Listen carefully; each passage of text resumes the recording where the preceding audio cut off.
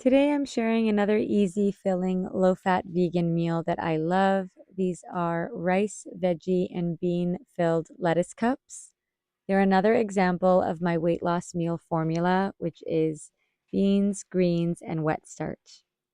The beans and starch are really important for satiation, which is something I want to talk to you about for a minute.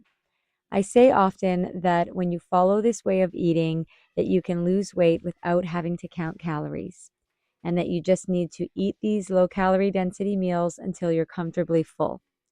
But every once in a while, I get asked the question, how do I know when I'm full? Or what if I'm eating past the point of fullness? Well, your hunger drive works perfectly and knows when you've had enough to eat, just like you know when you're not thirsty anymore and have had enough water.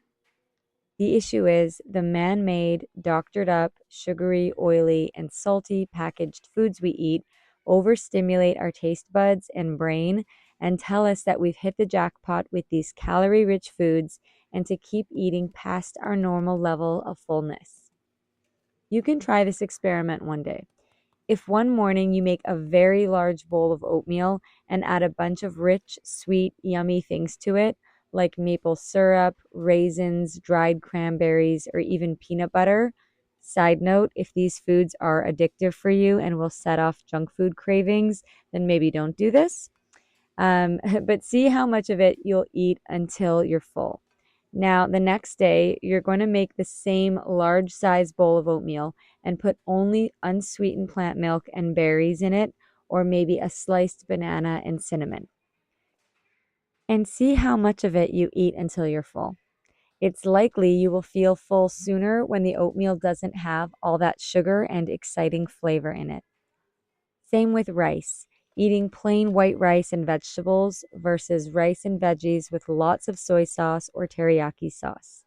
I've actually done this and I feel full, like I can't possibly eat any more way sooner when the food is plain. In the comment section of my last video about cheat days and how eating a little bit of junk food makes me want more and more and sets off an avalanche of cravings, so many of you expressed having the same experience and that having one cheat meal turns into a cheat week of nonstop snacking on processed foods. It really is addictive stuff. Does this mean you have to cut out all salt and sugar immediately? No, but just be aware that any amount of these added to your meals could potentially be acting as an appetite stimulant. It's very interesting. I personally have been a salt fiend since I was a kid. I have always added a lot of salt to my meals. And so even cutting back took a lot of effort. And I just found that food tasted so bland without it because my palate was so used to super salty food. But like with any change, you do get used to it after a few days or weeks.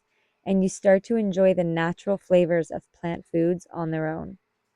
So, if you're having a tough time and not really enjoying the meals without added sugar and salt, just know that as you go, the enjoyment you get from the meals does increase as your palate readjusts to the natural flavors of these foods.